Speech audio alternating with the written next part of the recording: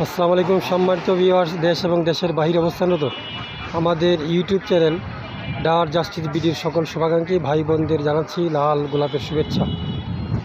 আমি বেরিবাদ থেকে কামরাঙ্গীচর বেরিবাদ থেকে আমাদের চ্যানেলের মাধ্যমে ভিডিও চিত্র তুলে ধরছি।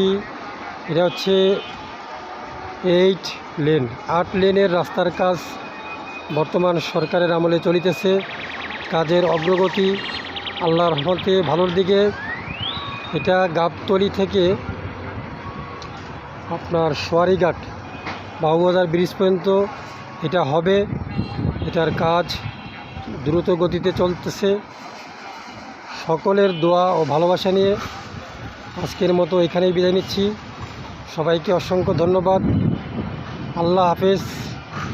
আমাদের জন্য দোয়া করবেন।